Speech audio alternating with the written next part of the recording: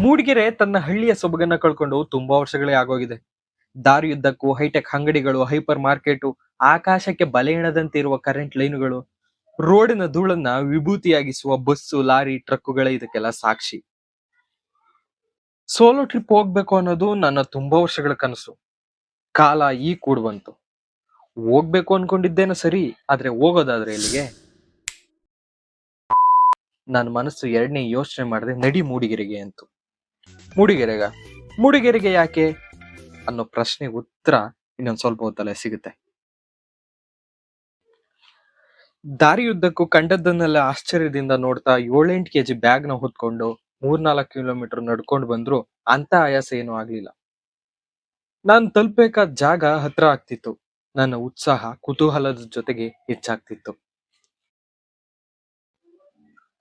ರಾತ್ರೋರಾತ್ರಿ ಬೆಂಗಳೂರು ಬಿಟ್ಟು 9 ಗಂಟೆ ಜರ್ನಿ ಮಾಡಿ ಈ ಕೊರೆಯೋ ಚಳಿಲಿ ಚಿಕ್ಕಮಂಗ್ಳೂರು ಮೂಡಿಗೆರೆಗೆ ಬಂದಿದ್ದೀನಿ ಅಂದ್ರೆ ಸುಮ್ನೆ ಬಂದಿರಲ್ಲ. ಇಲ್ಲಿ ಒಬ್ರನ್ನ ಭೇಟಿ ಮಾಡೋದಕ್ ಬಂದಿದ್ದೀನಿ. ಅವ್ರು ಸಿಕ್ಕಿದ್ರಾ, ಮುಂದೆ ಕತೆ ಏನು, ಅದನ್ನೆಲ್ಲ ಅಲ್ಲಿರೋನೆ ಹೇಳ್ತಾನೆ, ಅವನೇ ಕೇಳಿ. ಹಾಯ್ ಹಲೋ ನಮಸ್ಕಾರ. ನನ್ನ ಹೊಸ ದಿನಕ್ಕೆ ನಿಮ್ಗೆಲ್ರಿಗೂ ಸ್ವಾಗತ ಸ್ನೇಹಿತರೆ. ಮೂಡಿಗೆರೆಗೆ ಬಂದಿದ್ದೀನಿ ಅಂತ ಅಂದರೆ ನಾನು ಎಲ್ಲಿಗೆ ಬಂದಿರ್ತೀನಿ ಅಂತ ನಿಮ್ಗೆ ಆವಾಗಲೇ ಅರ್ಥ ಆಗಿರ್ತದೆ.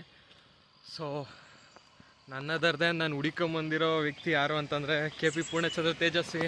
ಅವ್ರು ಸಿಕ್ಕಿದ್ರು ಅಂತಂದರೆ ಅವರು ಇಲ್ಲ ಅಂದರು ಅವ್ರ ನೆನಪುಗಳು, ಅವರು ಬರೆದಂಥ ಕಾದಂಬರಿ ಕಥೆಗಳ ಮೂಲಕ ನಮ್ಮ ಜೊತೆ ಇನ್ನೂ ಜೀವಂತವಾಗಿದ್ದಾರೆ. ಸೊ ಆ ನೆನಪುಗಳನ್ನ ಮತ್ತೆ ಮೆಲುಕು ಹಾಕೋಣ ಬನ್ನಿ. ಇದೇ ತೇಜಸ್ವಿ ಅವರ ಮನೆಗೆ ಹೋಗ್ತಾ ಇರೋಂಥ ಗೇಟು ನೀವು ನೋಡ್ಬೋದು. ಲೊಕೇಶನಲ್ಲಿ ಬಂದರೆ ಲೊಕೇಶನ್ನು ರಾಂಗ್ ಲೊಕೇಶನ್ನು, ತುಂಬ ಮುಂದೆ ತೋರಿಸ್ಬಿಡುತ್ತೆ. ನೀವು ಲೊಕೇಶನಿಂದ ಸ್ವಲ್ಪ ಹಿಂದೆನೇ ಯೆಲ್ಲೋ ಕಲರ್ ಗೇಟ್ ಇರುತ್ತೆ. ಸೊ ನೀವು ಬಂದಾಗ ಈ ಗೇಟ್ ಮೂಲಕ ಒಳಗಡೆ ಹೋಗಬೇಕು. ನಾನು ಫಸ್ಟ್ ಟೈಮ್ ಹೋಗ್ತಾ ಇರೋದು. ನೋಡೋಣ ಏನು ಆ ಎಕ್ಸ್ಪೀರಿಯೆನ್ಸ್ ಮಾಡೋಣ. ತೇಜಸ್ವಿ ಅನ್ನೋ ಮಹಾನ್ ಚೇತನವನ್ನು ಎಕ್ಸ್ಪೀರಿಯೆನ್ಸ್ ಮಾಡೋಕ್ಕೆ ಹೋಗ್ತಾಯಿದ್ದೀವಿ. ಬನ್ನಿ ಹೋಗೋಣ.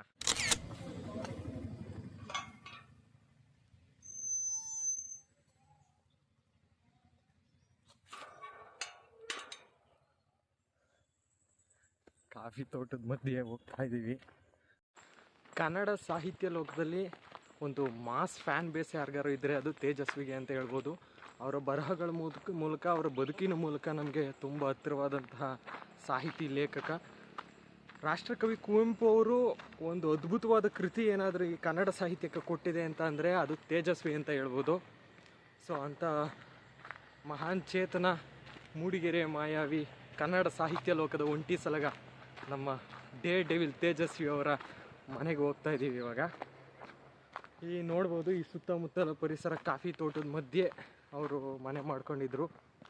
ಎಂಥ ಪ್ರಶಸ್ತಿ ಪುರಸ್ಕಾರಗಳಿಗೆ ಬಂದರೂ ಅವರು ಅದಕ್ಕೆಲ್ಲ ಬೆಲೆ ಕೊಡದೆ ಇಲ್ಲಿ ಬಂದು ತಮ್ಮದೇ ಆದ ನಿಲುವನ್ನು ವ್ಯಕ್ತಪಡಿಸ್ಕೊಳ್ತಾ, ತಮ್ಮ ಗಟ್ಟಿ ನಿಲುವು, ಯಾರಿಗೂ ಎದುರ್ಕೊಳ್ಳದೆ, ಈಗ ಯಾವ್ದಾರು ಒಂದು ಹೇಳಿಕೆ ಕೊಟ್ಟರೆ ಯಪ್ಪ ಯಾರಾದರೂ ಏನಾದರೂ ಅಂತಾರ ಏನು ಅಂತ ಆ ಥರ ಯೋಚನೆ ಮಾಡದೆ ತಮ್ಮ ನಿಲುವಲ್ಲೇ ಸ್ಪಷ್ಟವಾಗಿದ್ದರು ಅಂತಲೇ ಹೇಳ್ಬೋದು. ಸೊ ಅಂಥ ವ್ಯಕ್ತಿಗೆ ನಾನು ತೇಜಸ್ವಿ ಅಭಿಮಾನಿ ಅಂತ ಹೆಮ್ಮೆಯಿಂದ ಹೇಳ್ಕೊತೀನಿ.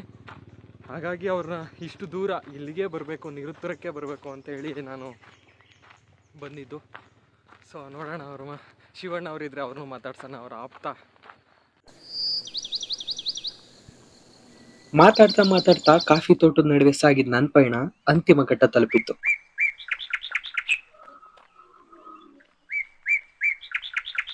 ಅದೇ ಮನೆ, ಮೌನದ ತವರು ಮನೆ, ಕನ್ನಡ ಸಾಹಿತ್ಯ ಲೋಕದ ಒಂಟಿ ಸಲಗ ಬಾಳಿ ಬದುಕಿದ ಮನೆ.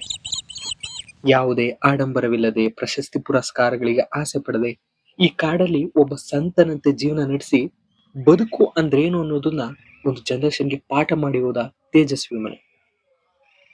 ಮೌನದ ತವ್ರ ಮನೆ ಅನ್ನೋದು ಏನಾದ್ರೂ ಇದ್ರೆ ಅದು ತೇಜಸ್ವಿ ಅಂತ ಜಯಂತ್ ಕಾಯ್ಕಿಣಿ ಅವರು ಹೇಳಿದ ನೆನಪು. ಪೂರ್ಣಚಂದ್ರ ತೇಜಸ್ವಿ ಒಬ್ಬ ಕತೆಗಾರ, ಕಾದಂಬರಿಕಾರ, ಲೇಖಕ, ಪರಿಸರವಾದಿ, ಕೃಷಿಕ, ಚಿಂತಕ, ಫೋಟೋಗ್ರಾಫರ್, ಚಿತ್ರಕಾರ. ಯಾಕೆ ಇವರು ಇಷ್ಟೊಂದು ನಮ್ಮ ಕನ್ನಡ ಸಾಹಿತ್ಯಕ್ಕೆ ತುಂಬ ಜನಗಳಿಗೆ ಹತ್ರ ಆದರು ಅಂತ ಅಂದರೆ ಇವರ ಬರಹ ಮತ್ತು ಇವರ ಬದುಕು.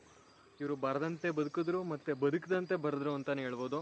ಈಗ ಯಾರೇ ಕನ್ನಡ ಸಾಹಿತ್ಯವನ್ನು ಓದೋದಕ್ಕೆ ಶುರು ಮಾಡ್ತೀನಿ ಅಂತ ಹೇಳ್ತಾರೋ ಎಲ್ಲರೂ ಅವರು ತೇಜಸ್ವಿಯಿಂದ ಶುರು ಮಾಡೋ ಅಂತಾರೆ. ಓದುವ ಸಂಸ್ಕೃತಿ ಹೆಚ್ಚಾಗ್ಲಿ, ಅದು ತೇಜಸ್ವಿ ಅವರಿಂದಾನೇ ಶುರುವಾಗ್ಲಿ. ಧನ್ಯವಾದಗಳು.